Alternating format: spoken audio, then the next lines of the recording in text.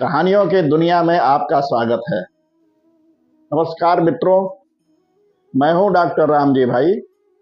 आपके लिए एक छोटी सी कहानी लेकर आया हूं। एक जंगल में कुटिया बनाकर एक महात्मा जी रहते थे। बड़े अतिथि सेवी थे। नित्य प्रति जो भी अतिथि उनके कुटिया के सामने से निकलता उसे रोककर भोजन अवश्य कराते थे। बिना भोजन कराए उसे जाने नहीं देते थे। एक दिन पूरे दिन प्रतीक्षा करते करते शाम हो गई।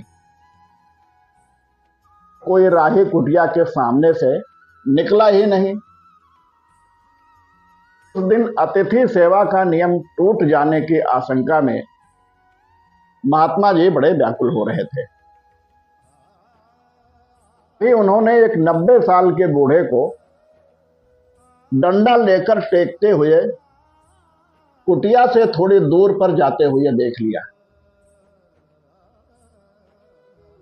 महात्मा जी ने उसे रोककर उसके पैर धुलाए और भोजन परोसा। 90 साल का बूढ़ा बिना भगवान का भोग लगाए तत्काल भोजन करने लगा। ये देखकर महात्मा जी को बड़ा आश्चर्य हुआ।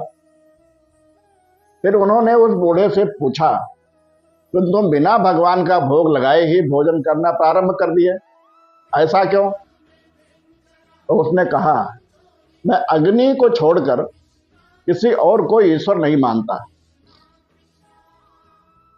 महात्मा जी उसकी बात सुनकर बड़े क्रुद्ध हुए और भोजन की थाली खींच ली।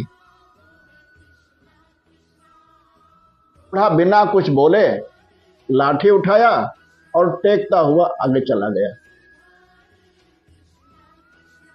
रात में सोने जाने पर महात्मा जी को सपने में भगवान दिखे।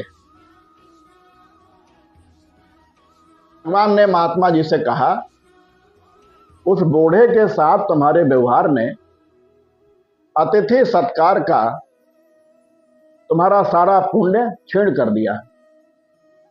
महात्मा जी ने कहा, प्रभु उसे तो मैंने इसलिए निकाला कि उसने आपका अपमान किया था। वो बोले, फिर भी मैंने उसे 90 साल तक सहा और तुम एक दिन भी नहीं सह सके। ये कहकर भगवान अंतर्ध्यान हो गए। महात्मा जी की आंखें खुली की खुली रह गई। इसी ही कहानी के साथ आपसे फिर भेंट होगी।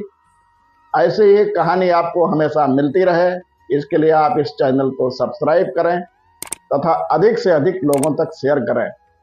अगली बार फिर एक नई कहानी के साथ आपसे भेंट होगी।